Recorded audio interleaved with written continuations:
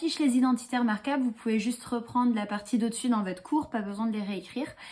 Et je rappelle qu'on a vu au début de l'année que quand on développe une expression, on transforme un produit en une somme ou une différence.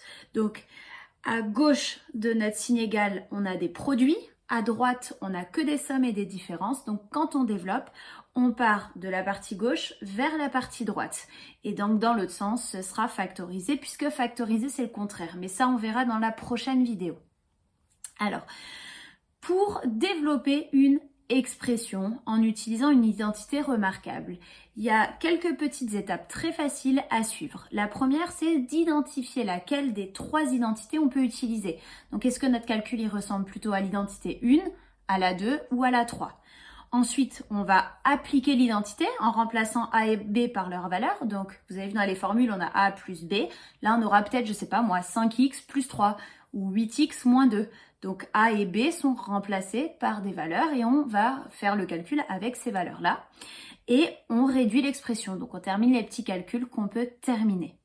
Alors, je vous propose de regarder sur des exemples comment ça fonctionne. Alors, on commence avec une première expression. 2x plus 3 au carré. Donc, le 2x va jouer le rôle de A et le 3 va jouer le rôle de B. Donc, on est dans la première identité remarquable. Donc, on écrit que la formule, c'est a au carré plus 2ab plus b au carré. N'écrivez pas tout de suite. On va rebasculer sur les valeurs. Donc, j'enlève a et b, je remets 2x et 3. Je remplace les a par 2x. Et je mets bien des parenthèses autour, puisque a, c'est tout le paquet 2x. Parenthèses sont hyper importantes, surtout là où il y a le carré. Vous faites bien attention, c'est 2x, le tout au carré. Pas le carré à l'intérieur, sinon ça ne sert plus à rien. On remplace le B par 3 et on n'oublie pas dans le terme du milieu, là, le 2, 2x, 3, de bien mettre les fois puisque maintenant on a des nombres. Donc, il faut bien qu'on puisse lire correctement. Donc, c'est bien 2 fois 2x fois 3.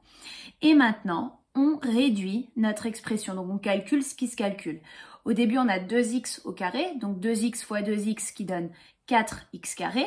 Au milieu, on a 2 fois 2x fois 3 qui fait 12x. Et ensuite, 3 au carré qui nous donne 9. Et ça y est, on a terminé. Alors, je ne sais pas si vous êtes convaincu de l'intérêt d'utiliser l'identité remarquable. Peut-être que vous vous dites que par le tableau de double distributivité, ça serait allé tout aussi vite. C'est vrai. C'est vrai que pour développer, c'est pas forcément très utile. On gagne pas énormément de temps. Par contre, pour factoriser, vous verrez que là, c'est vraiment précieux. Donc, on s'entraîne à les utiliser dans les deux sens. Il faut être capable de le faire. On peut vous l'imposer dans un exercice. Deuxième exemple, 6x moins 4 au carré. Le 6x va jouer le rôle de A et le 4 va jouer le rôle de B. Donc, on est dans la formule A moins B au carré. C'est la deuxième. On écrit la formule A au carré moins 2AB plus B au carré. On reprend les valeurs 6x et 4 et on remplace les A par 6x, toujours entre parenthèses, les B par 4 et on met bien les fois au milieu. Et on calcule 6x au carré qui donne 36x carré.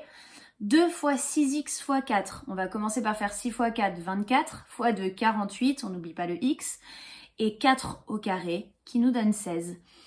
Et juste une remarque, j'ai pas dit tout à l'heure, mais on a des x carrés, des x, des nombres, on peut pas aller plus loin. Et on termine, dernier exemple, 5x plus 9, facteur de 5x moins 9. Si on remplace les 5x par a et le 9 par b, alors vous faites bien attention, hein, c'était bien 2 fois 5x et 2 fois 9. Donc c'est pour ça que j'ai le droit de mettre la même lettre. On a a plus b fois a moins b. Cette fois-ci, on est dans la dernière identité remarquable.